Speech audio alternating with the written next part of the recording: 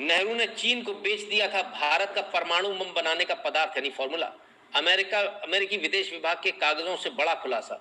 अमेरिकी विदेश विभाग के जो कागज हैं, जो क्लासिफाइड डॉक्यूमेंट्स हैं, जब वो डीक्लासिफाई हुए तब इसमें एक बड़ा खुलासा हुआ है। और ये खुलासा हुआ है कि 17 जुलाई 1953 को मुंबई के बंदरगाह पर सरगर्मियां तेज थी। पोलैंड के एक जहाज पर धरपकड़ का सामान धड़ाधड़ से वो सामान चढ़ा जाता है। जहाज पहले श्रीलंका की राजधानी कोलंबो जाना वाला था। कोलंबो से होकर चीन के टाकुबार पहुंचता, लेकिन इस जहाज पर कुछ ऐसा रख दिया गया कि एक सप्ताह के भीतर ही इस जहाज को समंदर में रोकने के लिए अमेरिका के राजनयिक दिल्ली की गलियों के चक्कर काटने लगे। दरअसल इस जहाज में 2238 पाउंड थोरियम नाइट्रेट मुंबई से लोड किया गया था। ये वही थोरियम है जिसका उपयोग परमाणु बम बनाने में होता है। थोरियम नाइट्रेट को भारत की सरकारी कंपनी Indian rare earth metals limited ने चीन को 40,500 रुपए में बेचा था। ये कंपनी भारत के खनन का काम करती है। तब भारत चीन का युद्ध नहीं हुआ था। भारतीय प्रधानमंत्री जवाहरलाल नेहरू चीन को अच्छा दोस्त मानते हुए परमाणु बम बनाने का सामान बेचने की अनुमति दे रहे थे। बताइए साहब, आप थोरियम बेच रहे थे।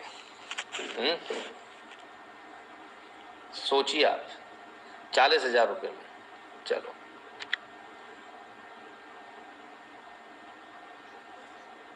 मैं तो ये देख रहा हूं कि आप लोगों की याददाश्त कितनी अच्छी है और आप लोग कितनी मेहनत से यहाँ पढ़ते हो।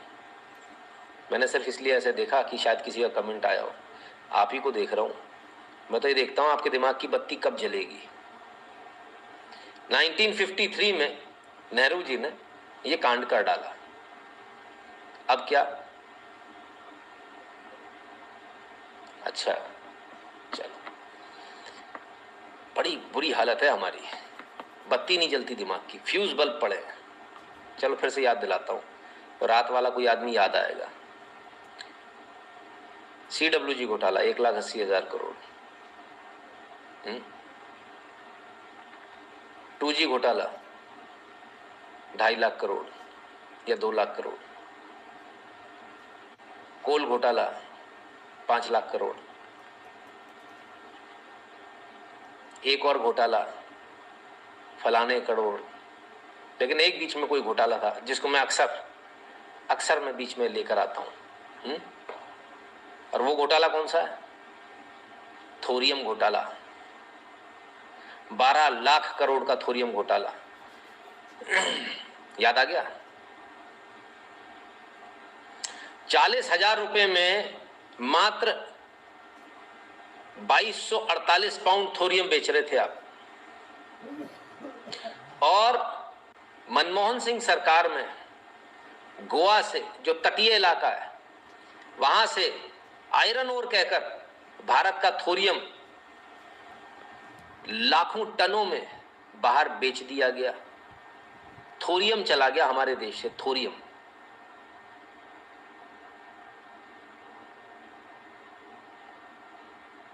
आ गया याद? मैं तो सिर्फ इतनी देर से ही देख रहा था आप लोगों की स्थिति कितनी खराब है। कैसे लड़ोगे आप लोग? ये युद्ध जो है ये दिमाग का युद्ध है।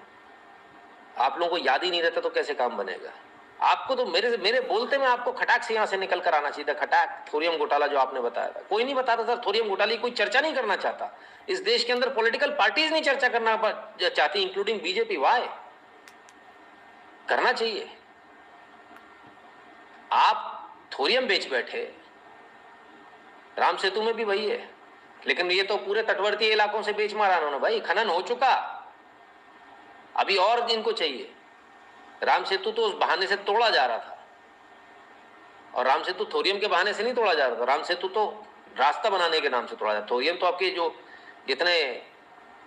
जो आपका इलाका है, तटवर्ती इलाका, वहां से खनन करके बेच दिया गया बाहर। और ये कहा कि आयरन ओर है। गोवा से शिपमेंट्स गई हैं सर, इतनी की जितनी आप कल्पना नहीं कर सकते। और लोग भूत बन के काम करते। बड़े बड़े जो रईस है ना, उनके बालों में धूल भरी हुई थी।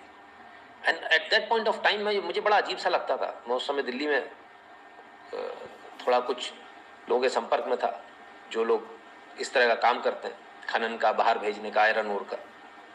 आई वॉज सरप्राइज्ड कि जैसे देखो वो करोड़ोंपति हो रहा है, ऐसा कैसा है आयरन ओर निकल रहा है।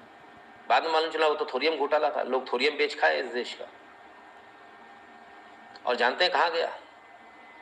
चीन।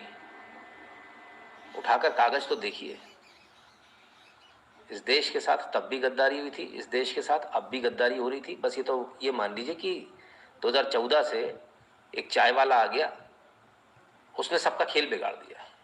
ये ना खा रहा है ना खाने दे रहा है। नहीं तो अच्छे भले घोटाले होते थे। देश का पूरा जितना खनिज है वो बेच खा रहे थे लोग। थोरियम जैसा सोचिए, थोरियम ये सिर्फ बम बनाने में काम नहीं आता सर, इससे आप बिजली पैदा कर सकते हो, पावर पैदा कर सकते हो। सब बेच खाया, कमाल है। One theory is Chacha had lost Ladakh because to give rare material to China. Maybe ऐसा भी हो सकता है नवीन जी, कुछ नहीं कह सकते। Anything is possible. इस देश में ऐसे ऐसे गद्दार बैठे हैं जिसकी कोई लिमिट नहीं है। तो जिन लोगों को अभी भी थोरियम घोटाला याद ना आया, वो थोरियम घोटाले वाला वो एपिसोड देख लीजिएगा, है ना, तो आपको याद आ जाएगा। और हम बार बार आपको इसीलिए सारे घोटाले याद दिलाते रहते हैं। एक और घोटाला है 30 लाख करोड़ का, हाँ, वो फेसबुक पे किया था उसका लाइव मैंने, पर मैं आपको बताता रहता हूँ। कौन सा? इक्विपमेंट इंपोर्ट पर सब्सिडी वाला। उसमें जब हमने एपिसोड किया था उसके 14 दिन बाद जी न्यूज पर डीएनए में सुधीर चौधरी जी ने किया था। पहले उनको विश्वास नहीं हुआ होगा एपिसोड देख के, बोले क्या बकवास है। फिर थोड़े पन्ने वन्ने पलटे होंगे, देखा हाँ लग तो कुछ रहा है। फिर बाद में और पन्ने पलटे होंगे, जब उनको लगा पूरा यकीन हो गया था, उसके बाद 14 दिन बाद जी न्यूज ने उस पर कवरेज दी थी। और हम तो बहुत धन्यवाद देते हैं उनका कि हर वो चीज़ को लेकर आते हैं, चाहे वो शुभ दिवाली हो, चाहे उनको यदि कोई चीज़ दिखती है जो सही है उसको वो कवर करते हैं। ये काबिल तारीफ है, और जितनी तारीफ की जाए ऐसे पत्रकारों की उतना अच्छा। हम किसी को कहीं ये नहीं मानते, कोई क्रेडिट कुछ नहीं होता। न्यूज़ है, सब तक पहुंचनी चाहिए, हर माध्यम से पहुंचनी चाहिए, और जो पहुंचा रहे हैं उन सब का धन्यवाद।